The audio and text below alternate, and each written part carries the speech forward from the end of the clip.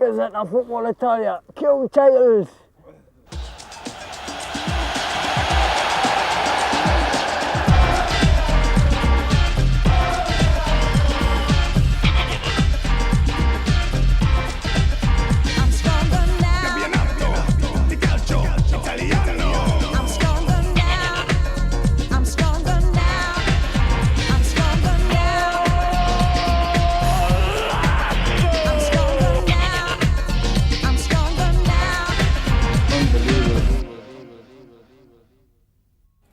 Well, it's been a hard week for me, especially because of the operation, but I'll be telling you more about that later. First, this. Coming up, behind the scenes with Italy as they prepare for their crunch World Cup game with Switzerland. And there's full highlights of that latest vital qualifier with their main Group 1 rivals. James Richardson goes behind the headlines for all the week's news.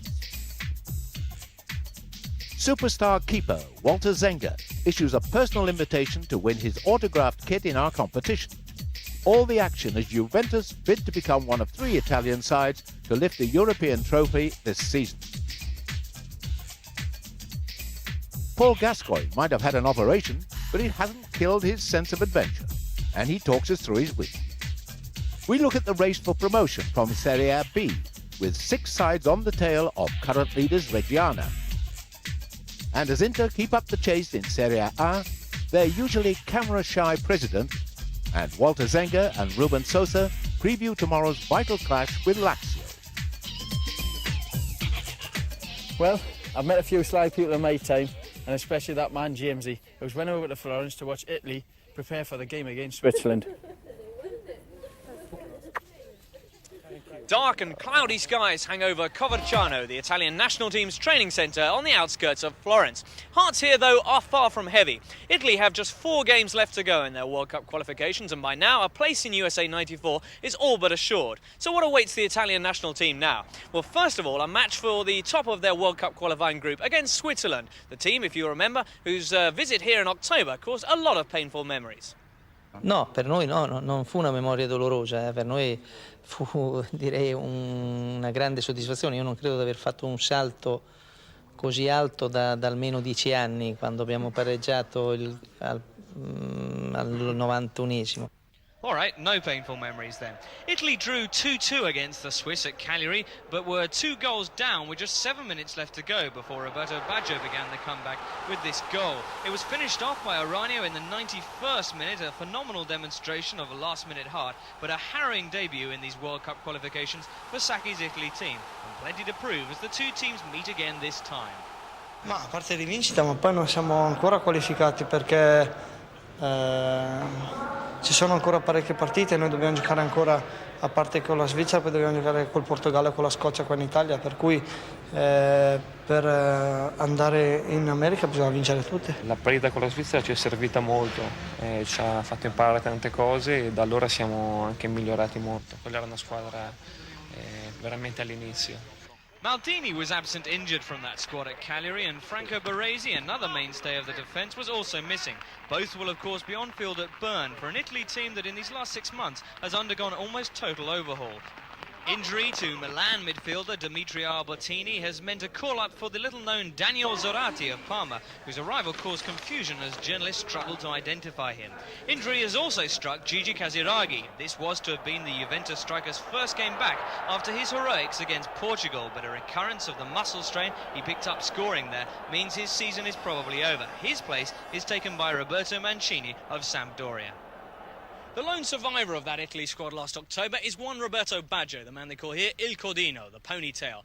17 goals in his 28 games with Italy's national team, Roberto has now begun to hit the kind of form that his critics have always demanded of him, qualifying Juventus for the UEFA Cup finals virtually single-handed, and in Italy's last international against Estonia, putting on an extraordinary display of technical skill and finesse.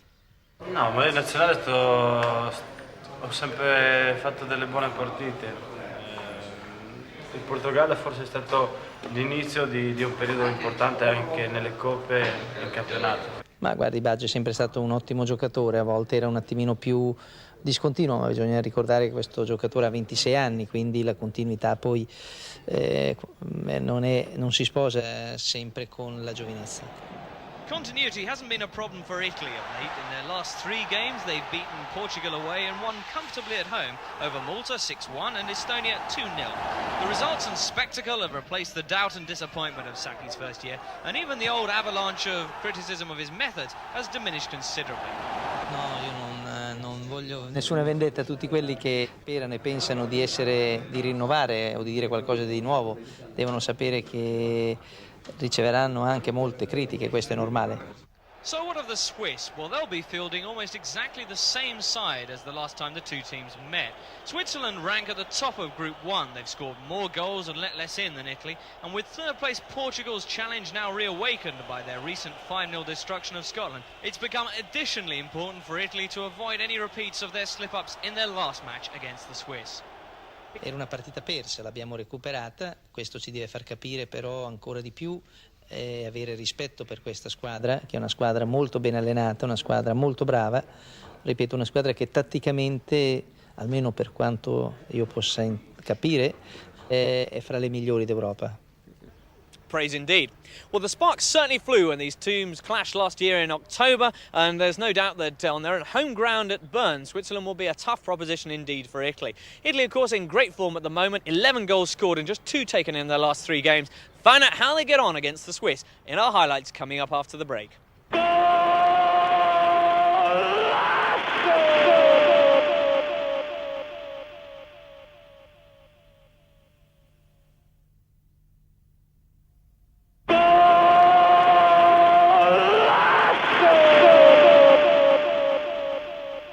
Welcome back.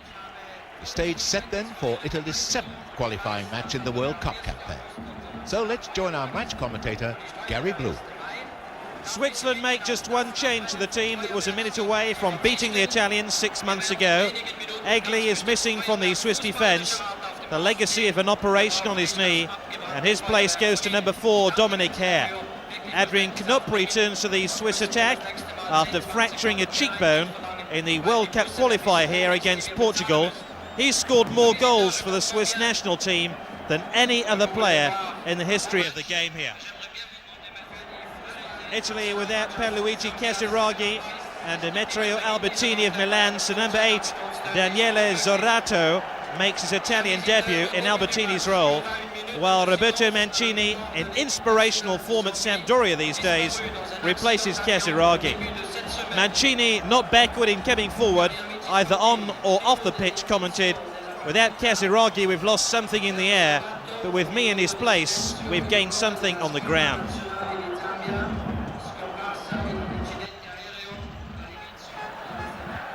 That's a great ball by Mancini. There could be a goal here. Surely that's a foul on Roberto Baggio.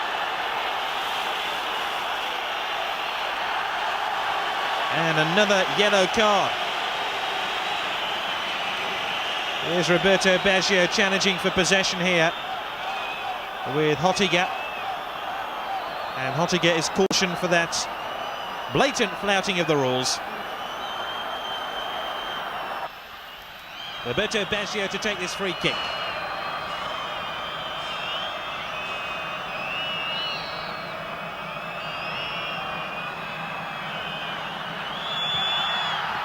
Tremendous save by Pascolo.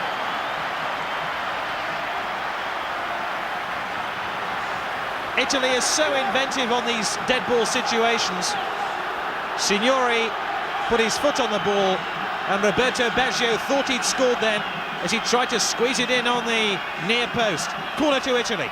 Roberto Baggio again to take it.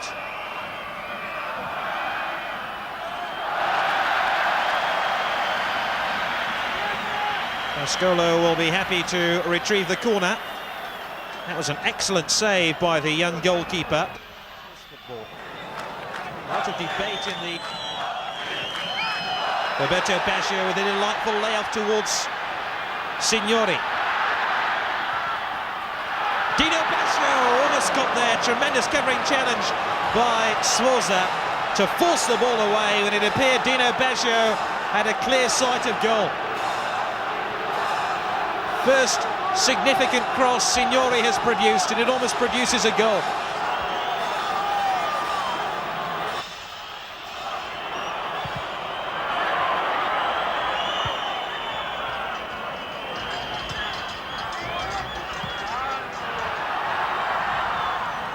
Suter in pursuit.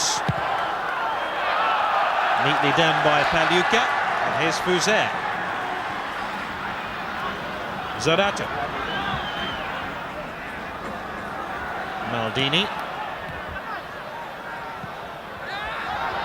Roberto Baggio. Mancini!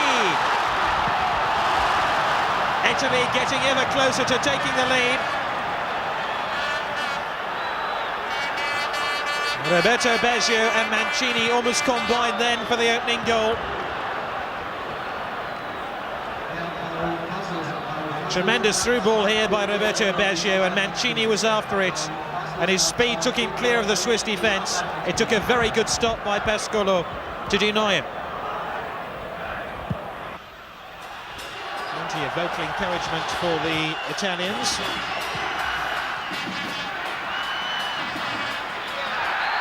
Dino Baggio has been shown the red card for that foul. A curious decision by Martin Navarrete. And this is the incident which has led to Italy having a player sent off. Dino Baggio, who has patrolled the Italian midfield, now leaves the field in disgrace. This is going to be an interesting 45 minutes for Arrigo Sacchi and his team.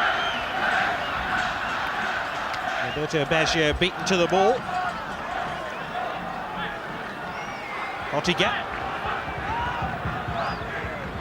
was booked in the first half. Maldini won that ball fairly. Di Mauro helps it forward. Roberto Baggio. Signori! Just couldn't angle his shot wide of Pascolo in the Swiss goal. But even with 10 men, Italy prepared to attack with venom here. And Signori, who's had a real name for himself scoring goals this season, able to find the target.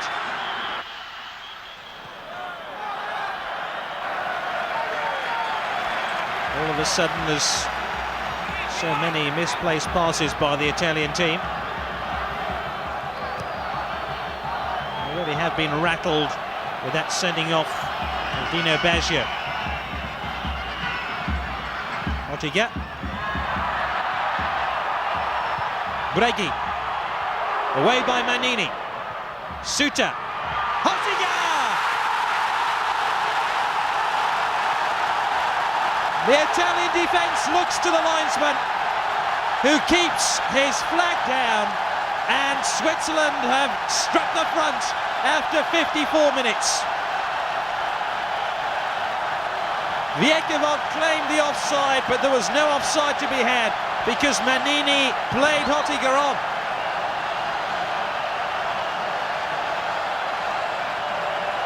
Manini got his head to the ball, but didn't push out. And when the ball was returned after Fuzet challenged Suter, Ottiga was on hand to make it 1-0. Tremendous strike by the fullback on the volley, but cleanly past Pagliuca.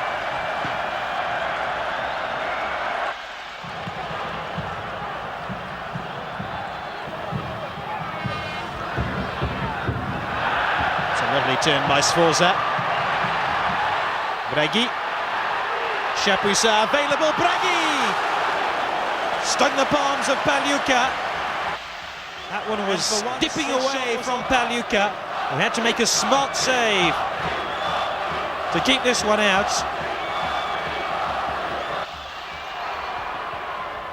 And it's Orel. Suter. Mantini. Breghi. Tripped by Fuzet.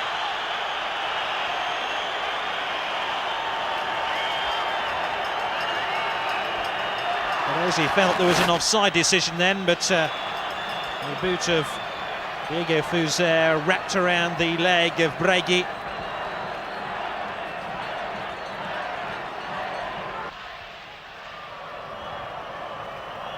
Bregui. Did Pagliuca get a touch? We shall see. Brilliantly flighted free kick. Bregui disguised his intention then, and Pagliuca was stretching to get the ball.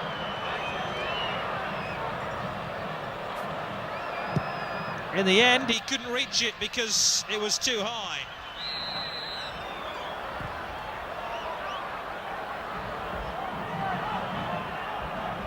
Baresi.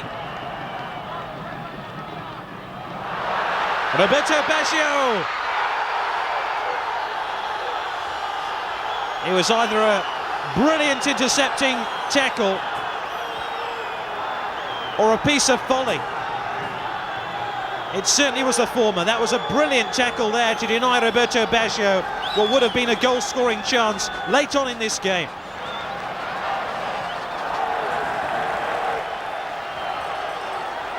That tackle had to be timed to perfection, otherwise Italy would have been awarded a penalty.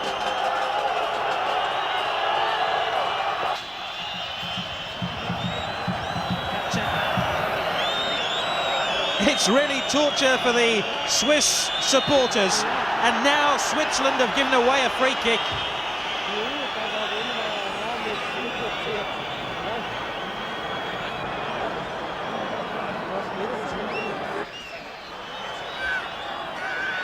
Fuzet!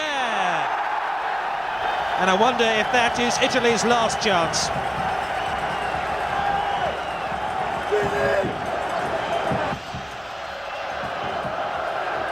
It's a victory which will be tinged with controversy.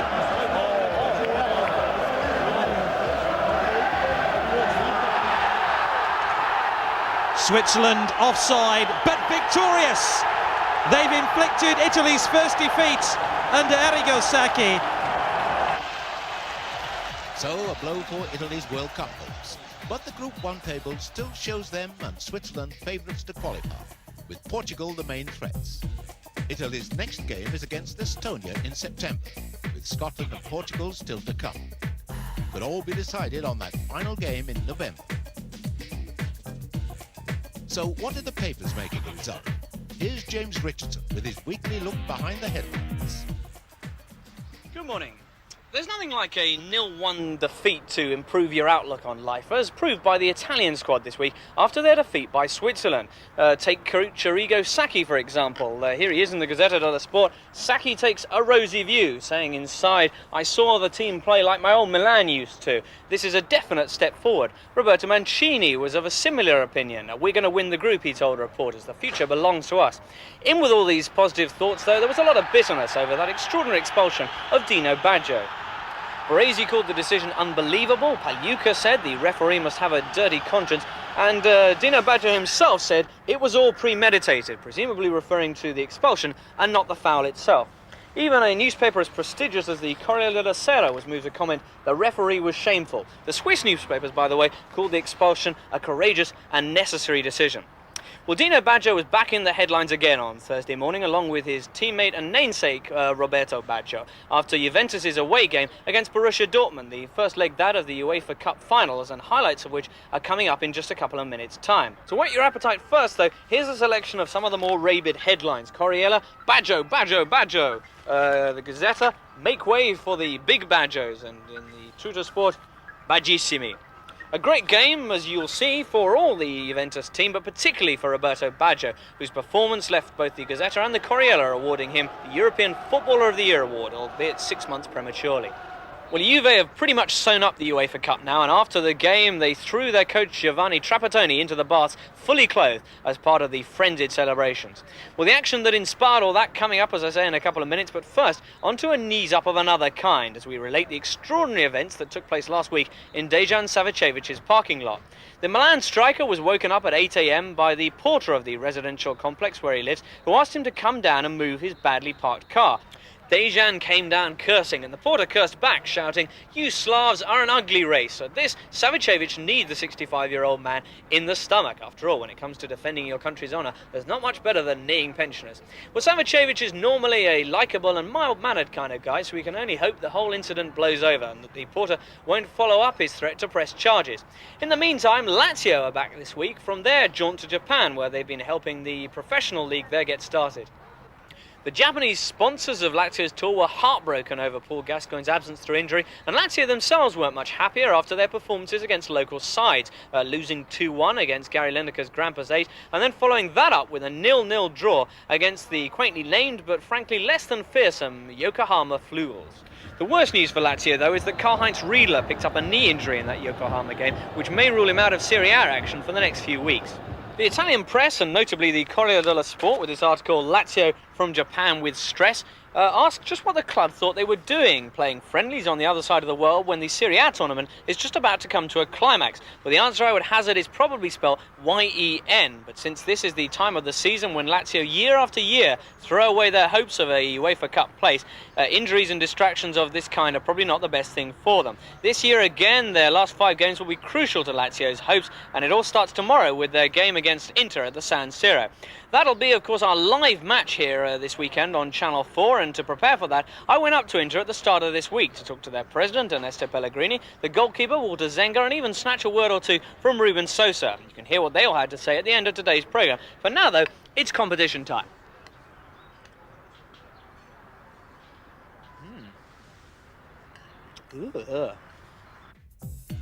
Well, now it's competition time here on Gazzetta Football Italia, and your chance to win kit autographed by one of Italy's greatest footballing characters. Walter Zenga made his debut for Inter back in 1983 and has since played over 250 Serie A games. He'll be centre stage in our live match tomorrow when Inter entertain Lazio, although he'll want to forget the first meeting of the teams back in December. Inter went down that day, but they haven't lost since. So what was the score in that first encounter in Rome? Did Lazio win A, 2-0, B, 4-0, or C, 3-1? When you've made your choice, ring us on 0891 333 444. The first caller picked out by our computer when lines close next Thursday wins this football jersey and gloves, both autographed by Walter Zenga, plus a pair of shin pads. 4 lucky runners-up will take home an Italian goalkeeping jersey, a ball and some shin pads. Our winner and runners-up will also be made honorary members of Club Italia and become eligible for all the benefits for the next year. Now, in Gazzetta last week, we showed you Parma in action in the European Cup Winners' Cup, and we asked you to tell us who they'll be playing in the final. The answer, of course, is A, Antwerp. These 2 lucky winners were picked out by our computer and get a pair of tickets each to see Wednesday's final at Wembley. These runners-up get a 1993 Italian football album complete with a full set of colour stickers. And all our runners-up and winners become members of Club Italia for the next year. Finally, don't forget that full details of all our competitions are on page 365 of 40, Channel 4's teletext service. And good luck to you all. But not a good week, though, for David Platt, who was left out of the Juventus lineup for the UEFA Cup final first leg trip to Borussia Dortmund. And it looked bleak for Giovanni Trapattoni's team selection. Rummenigge showed all the coolness once displayed by his older and more famous brother, Karl-Heinz, but where was the Juventus defence? When Baggio sent Viale rampaging through, his great run and sweet layback should have brought the equaliser, but Müller completely miskicked inside the penalty area. Already singled out for the jeers of his former home crowd, Müller earned more hoots of derision for this appalling miss. Yet a few minutes later, he'd made amends. The Italian international midfielder was able to switch the ball to his left and wrong-foot the defence and the home goalkeeper. 4 minutes later, Juventus were ahead. The Dortmund defence was again caught cold, leaving one of the world's top players with acres of space. He made full use of it. Baggio, scorer of all 3 semi-final goals, which saw off Paris Saint-Germain 37,000. 16 minutes from time, Juventus made sure. Conte, who'd done some stout defending, broke up another attack and sent Müller away. Vialli took up the attack, and his twisting and turning eventually created space again for Müller. This time, it was neatly played through to Roberto Baggio, and his cross shot hit the base of the post before creeping in.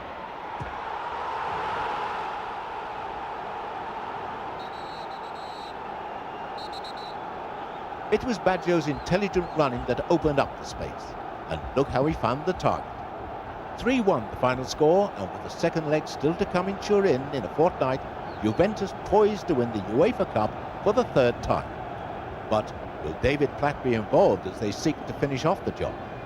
No action either for Paul Gascoigne recently, after that injury against Holland. But he's been in paradise this week. Well, Paradise Wildlife Park. Well, as well know, I had an operation just after the England game, and if I don't hurry up and get this recording over, I might need another one. The operation went very well. It just come down on the side of my head, and I just pushed my cheekbone back out. I'll be play contact sport in the next few weeks, so I've decided to take a few days off, and as you can see, I've visited Paradise Park on behalf of Steve and his wife, and they've let me come up and see some of the animals. Well, I've had a few days break, and I've reported back to Lazio, and everything's well, and hopefully in a few weeks' time I will be able to resume back in full contact training. Swelled up for a couple of days, really swelled up.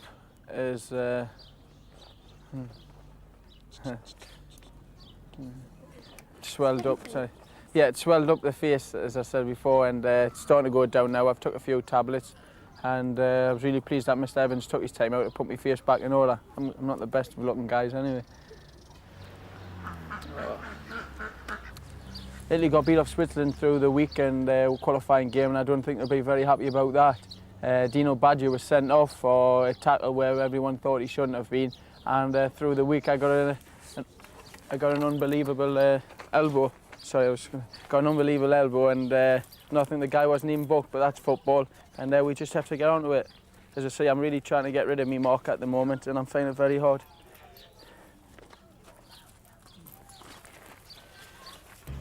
Look at Stephen says they're getting fed. Oh, well, as we say, we're still fighting for a spot in UEFA, and we've got Inter Milan, who are second and closing in on AC Milan. It's going to be a tough game for us, and we're going to have to really scrap and battle out for a point on Sunday, and I only hope that the lads can do it. I reckon man-to-man marking in Italy is quite tough, but I wouldn't fancy any more of this man-to-man, I tell you that for sure. Jane was up in Inter, watching... Good. It's all right, good lad.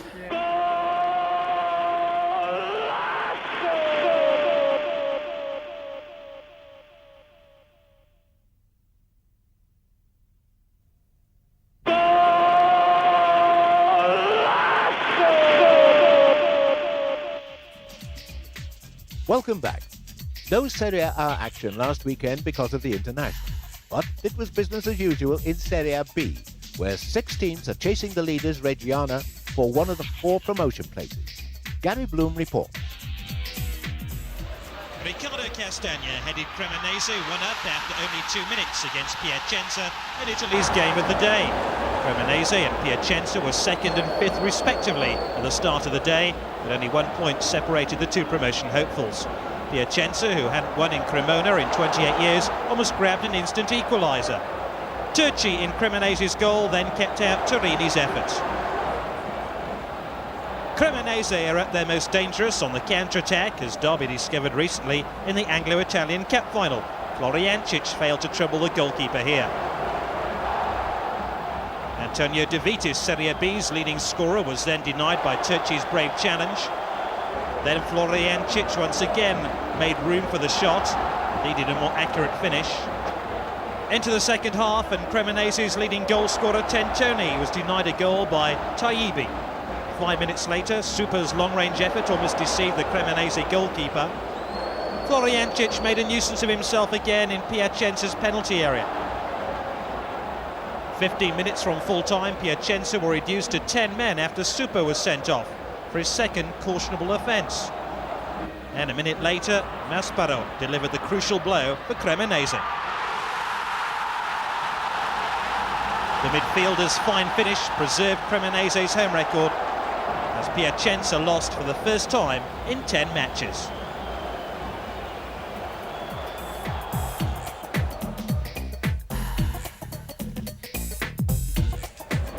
Padova in the all-white staged a local derby against Venezia, with the home side searching for 2 vital points as they make a late bid for one of the 4 promotion places. Venezia should have opened the scoring when Bonaldi missed a chance. Quite frankly, appeared easier to score. Venezia's Natty Strip forced a change of jersey for the referee, which perhaps didn't meet with the approval of the fans. Signor Cinciripini soon rediscovered his senses, sent off Guicchi of Padova for a second yellow card offence.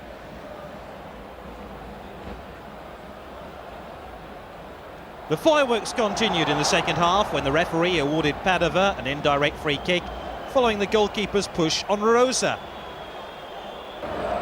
Di Livio stepped up to fire Padova ahead. The replay clearly shows Bianchette made contact with the Padova midfielder. Whether the incident warranted an indirect free kick is doubtful. It was appropriate Di Livio should score. He was the outstanding player of the game. Venezia then brought on their under-21 international, Del Vecchio, almost brought the scores level with his first touch. Then in the final minute of the match, Di Livio's pass set up Monterone, who was brought down for a penalty. Despite Galdarese's miss, Padova climbed to within 2 points of a promotion place.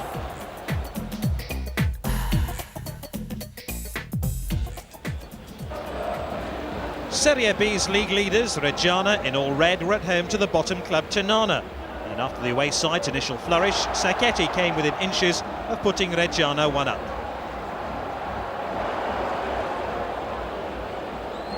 Accardi's free kick then brought this fine save from the Ternana goalkeeper. But 3 minutes before half-time, Reggiana broke Ternana's resistance, albeit with a little help from Rosin, the goalkeeper. Scienza scores his first goal for 5 months.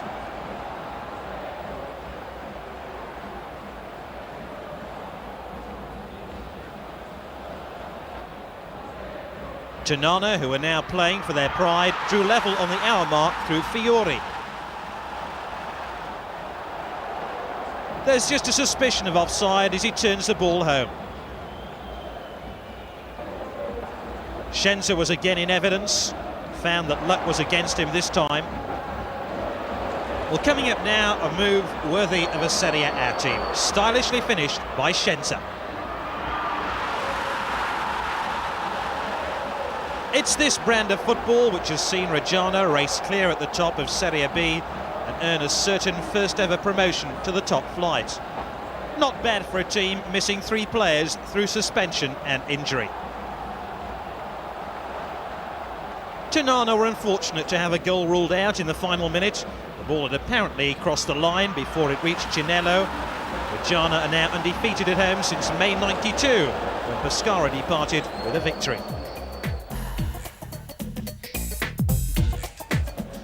Finally, to a relegation battle on the south coast. Bologna in all white travelled to Taranto. Bologna found an ally in the referee who punished Sonchin's unintentional touch back to his goalkeeper by awarding an indirect free kick inside the penalty area. Baroni scored from the resulting free kick to give Bologna the lead after 9 minutes of the game. Taranto, who hadn't won in 14 matches, found an equalising goal just before half-time. The ex-Bologna striker Lorenzo knocked the ball down for Sonchin, who made up for the disappointment of Bologna's opening goal with an accurate finish. In the second half, Camollese's goal-bound effort was diverted onto the crossbar by Pinato. Minutes later, Taranto struck the crossbar again. Prete failed to convert the rebound. But Taranto's persistence was rewarded 20 minutes from full-time. Muro, the ex-Napoli and Lazio midfield player, with a stunning finish to make it 2-1. 10 minutes left in the game, Bologna introduced Barbieri, an 18-year-old striker. He promptly brought the scores level to 2-2. Taranto's defenders failed to get to grips with the cross. Barbieri kept a rare first-team appearance with a goal. Bologna's joy was short-lived. But a minute into injury time, the fullback Prete raced in on the blind side of the Bologna defender to score the winning goal for the home side. Prete means priest in Italian, and it was fitting that he should administer the last rites of Bologna's relegation season. Final score, Taranto 3, Bologna 2. Well, those results leave Reggiana 5 points clear of Cremonese, with Ascoli and Lecce locked together on 40 points, and Piacenza, Cosenza and Padova still in the hunt. Serie A sides get back into action tomorrow. Surely Milan must end their run of 7 games without a victory when they travel to struggling Ancona. Juventus, after their excellent UEFA Cup result in midweek, will also be confident of full points against Pozzo, while Parma and Sampdoria should keep up the challenge. But the key game, and our live match on Channel 4 tomorrow, sees second play third. James Richardson has been to Milan to talk to some of Inter's key men. This week we're in Milan. Tomorrow afternoon Inter Milan take on Lazio in our live game, and we're here to hear a few words from the legendary Inter goalkeeper Walter Zenga. Before that though, let's pass through this rather nondescript door in central Milan into the offices of Ernesto Pellegrini, the Inter president, to hear a few words from the author of this season's most daring transfer coup, the robbery of Bergkamp and Young from right under Juventus's noses. Pellegrini has been Inter's president since 1984. The club have won a Scudetto and a UEFA Cup under his direction, but the deal for the Dutch stars Bergkamp and Young has earned him a new level of publicity. It happened like this: while Juventus and Barcelona were still fighting for Bergkamp, unseen by all, Pellegrini and Inter's general manager Pietro Boschi had secret negotiations with the Dutch players. They offered a package of guarantees and a place for both of the players in the side. It took months, with the Italian press insisting with growing conviction that Bergkamp was Juventus bound, until February, when Inter shocked the press, the fans and even the coach's wife with the announcement.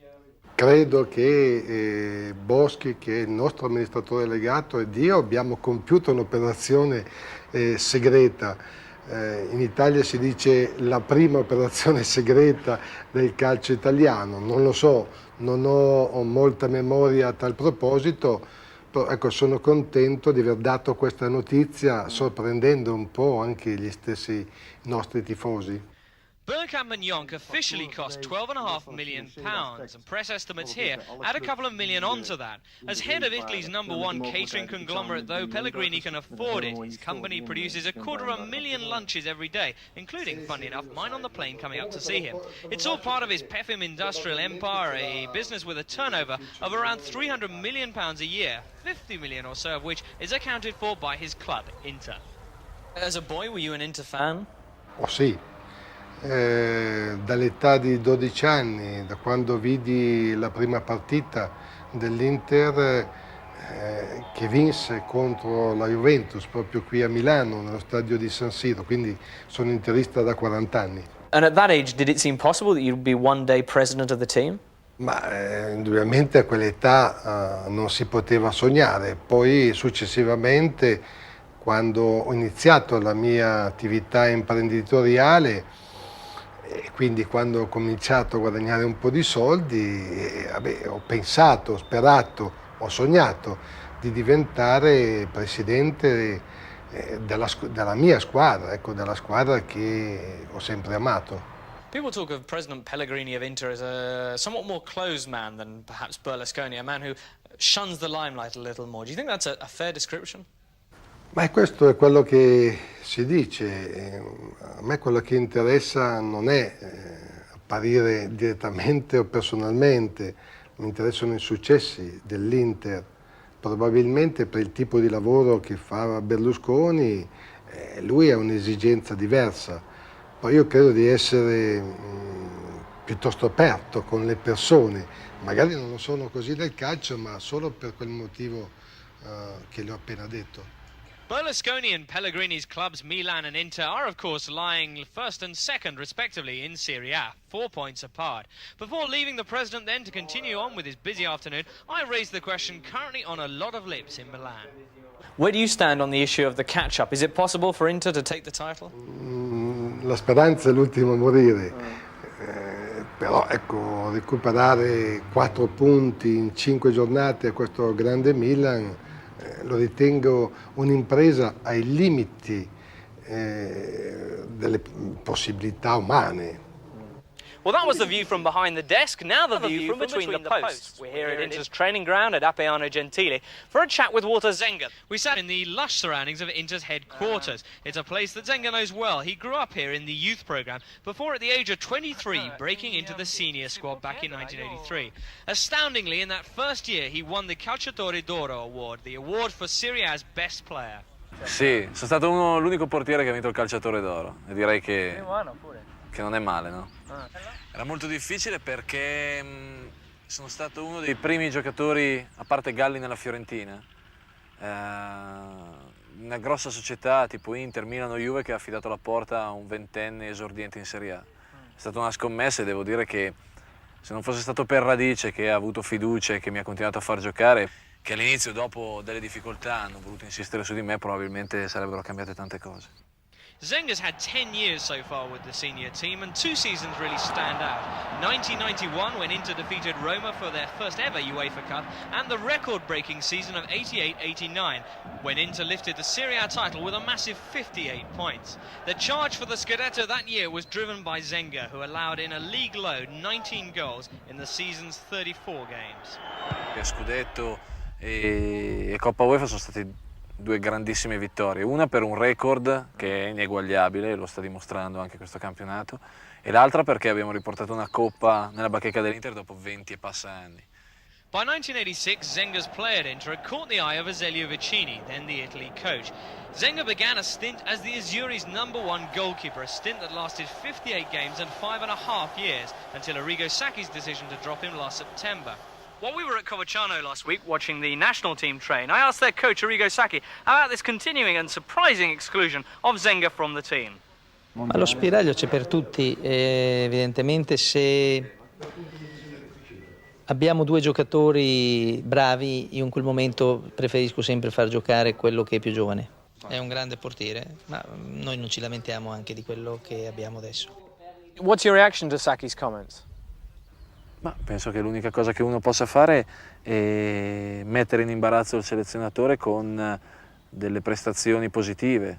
Manca un anno al mondiale e l'unica cosa che un giocatore può fare è quella di dare il meglio di se stesso, cercando attraverso le prestazioni del campo di convincerlo che comunque, anche se c'è una carta d'identità che parla in un determinato modo, ci sono altri giocatori che con la carta d'identità invece vanno in campo lo stesso, cioè, ecco, tutto qua.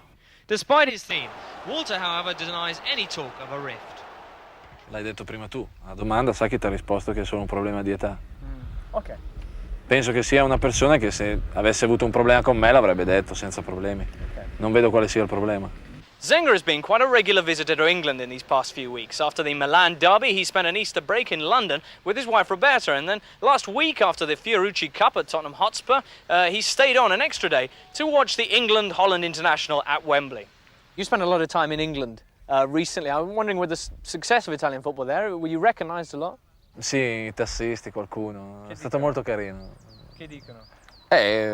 Uno mi ha detto, un tassista molto simpatico ha fatto fatica a riconoscermi perché dopo mi ha detto che non riusciva a rendersi conto del perché avevo tagliato i capelli. Però insomma è carino, essere riconosciuti anche all'estero è una cosa molto, molto simpatica perché insomma tu non pensi, vai a Londra e dici chissà chi mi conosce invece. Zenga will be in goal this Sunday against Lazio, an opponent who beat Inter 3-1 back in December, a game Zenga missed through suspension.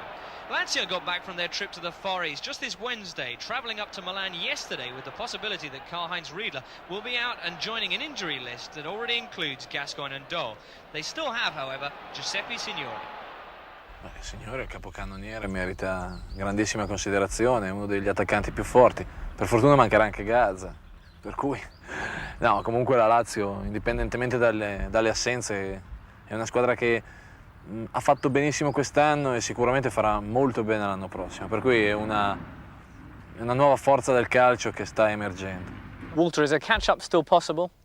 Non lo so, se fossi un mago, un veggente, te lo potrei dire. C'è solo 5 partite, dobbiamo fare quello che abbiamo sempre fatto fino adesso, giocare senza pensare di di far chissà che, a rispettare l'avversario di turno che è la Lazio e poi alla fine sentire i risultati dalle altre parti. Pellegrini says no, Zenga says maybe. So who is the madman still driving all this talk of a catch-up? Step forward, one Ruben Sosa. Il passo sono io, perché io ci credo ancora, perché sono 4 punti, vedendo il Milan che non è che sta giocando molto bene, vedendo il Milan che va a Udine a solo pareggiare, si vede che è un po' in crisi. La speranza è piccola, però ancora c'è. Ruben's confidence for the feat received a boost last week when, during a visit to Francescoli and Herrera of Cagliari, his fellow Uruguayans made him a promise. Loro mi hanno detto solo scherzando così, ci pensiamo noi, stai tranquillo, fai conto che sono a 2 punti e allora così una battuta e aspettiamo che vada così. The rest has to come from Sosa and co. Any hopes of catching the champions are based on Inter winning all their remaining games. Tomorrow at the San Siro they host Sosa's old club, Lazio, a team who humiliated them, as we mentioned, 3-1 back in December. Back then, though, Inter were missing Sosa, Schillaci, Maniconi and, of course, Walter Zenga. And it's a different Inter side that'll face Lazio tomorrow, one that hasn't lost in the 16 games since that December defeat and one that's outperforming currently all of Serie A in 1993. Loro devo dire che hanno andato al Giappone, mi sembra fare una questa amichevole che tornano giovedì e non hanno stato diciamo, più concentrati una partita domenica. Infatti speriamo che loro siano un po' stanchi per noi giocare una bella partita. La Lazio ha vinto contro il Pescara non molto bene, però ha vinto. È una bella squadra, io penso che quest'anno l'UEFA arriverà. Lazio certainly aren't in the best of shapes for this game, but with the current fight that's going on for the remaining UEFA Cup places, they can't afford to slip up. Neither, though, can Inter, that is, if they have any real intentions of continuing this legendary comeback they're on at the moment. Sosa and Signori will be on the field tomorrow. We should have a bucket load of goals. Watch the game live here tomorrow on Channel 4. And that's it for today. Join commentator Peter Brackley and the summariser Joe Jordan for live and exclusive action tomorrow from the San Siro. Inter against Lazio. So don't be late for the 14:45. Channel 4, your station. Well, I've had a fantastic day at the Paradise Wildlife Park. I've seen all the animals I could want to see. Fantastic day. Well, Lazio are calling for us now, and I think it's about time I went off and done some training.